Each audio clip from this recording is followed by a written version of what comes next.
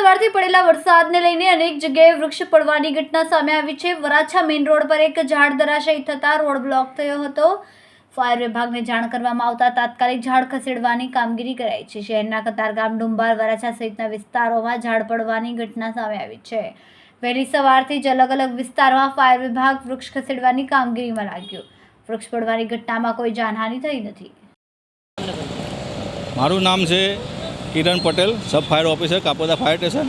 અમને કંટ્રોલમાંથી કોલ મળેલો કે મિની બજાર રિલાયન્સ મોલની સામે કંઈક ઝાડ પડેલું છે।